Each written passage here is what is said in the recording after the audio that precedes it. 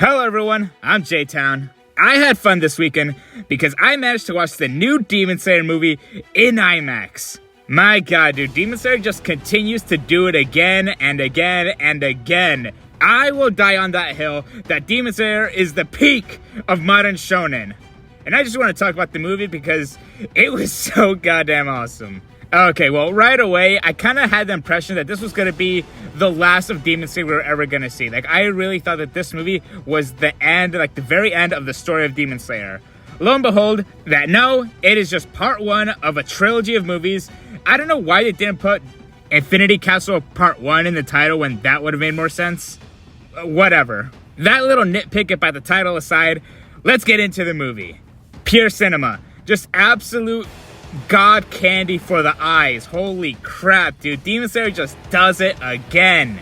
We all come to Demon Slayer for the visuals, the action, the hype moments, the absolute goddamn seizure-inducing fights.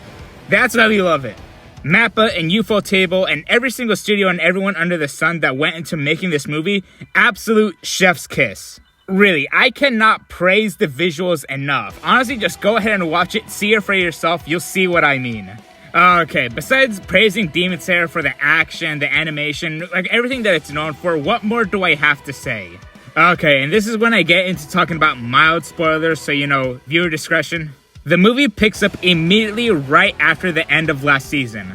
The Demon Slayer cores, they laid out a trap for Muzan, he fell for it, they blew him up, stabbed him, poisoned him.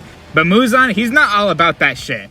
He responds by, alright, let me take you to my world. And then all the Demon Slayers are then teleported into the Infinity Castle dimension, and they're just free falling for like the first 15 minutes of the movie. You see the absolute scale. Like, it truly is an infinite castle. And I don't want to get talking about the visuals again, but my god, dude. The CGI and like the rendering that they put on everything, dude, just chef's kiss again. And dude, like just the absolute scale of this thing, it really does feel like an absolute labyrinth that the Demon Slayers fell into. Like, how the hell are they gonna find each other, let alone the Upper Moon Demons, and then Muzan in something this absolutely enormous?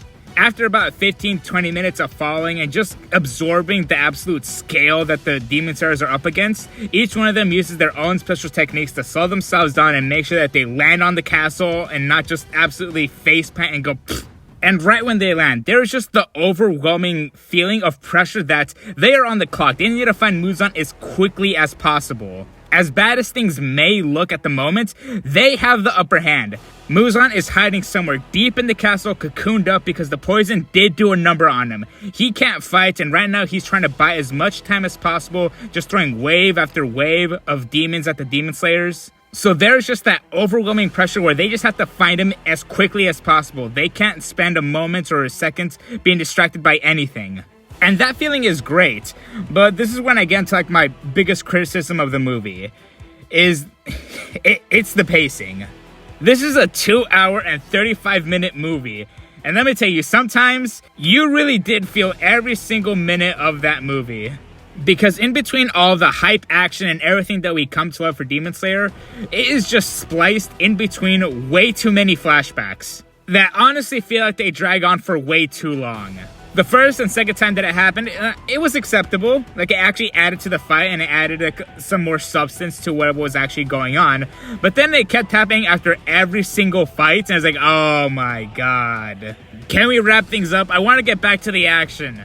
And this is what I think is the movie's biggest flaw, is that it doesn't even feel like a movie. It feels more like 4 or 5 episodes of Demon Slayer just stitched together.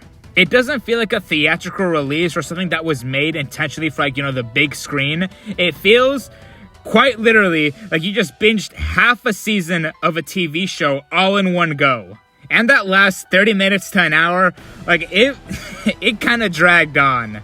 I honestly wouldn't be surprised if this movie got the same treatment as Mugen Train, where it is just going to be re-released on Crunchyroll or streaming services, kind of cut up into episodes, and the movie kind of has that already. There are certain segments where you certainly feel that, okay, this is the ending of an episode, and this is the beginning of the next episode.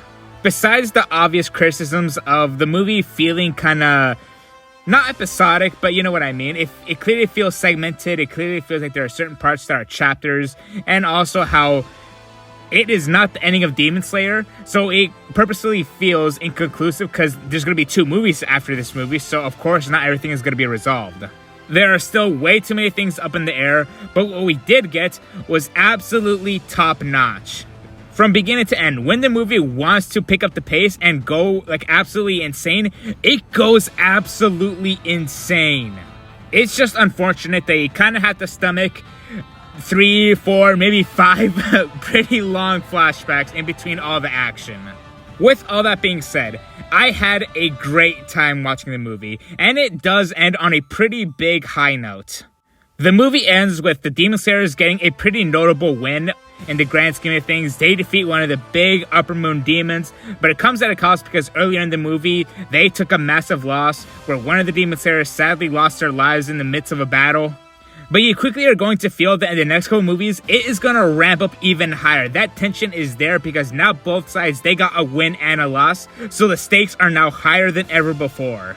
And for what there is to come, Demon Slayer just has so much more to shine. This movie was kind of narrow how it primarily focused on the main fight between Tanjiro and Giro versus Akaza, which I can't hype enough. It honestly might be the best fight of Demon Slayer so far. Overall, it was a fun time. I enjoyed the movie. It's just that the pacing and just the absolute length of the movie that just holds it back. But if you're really in the mood for more Demon Slayer, just go ahead. It's a great time. That's all I have to say. I've been J-Town, and I'll see you guys next time.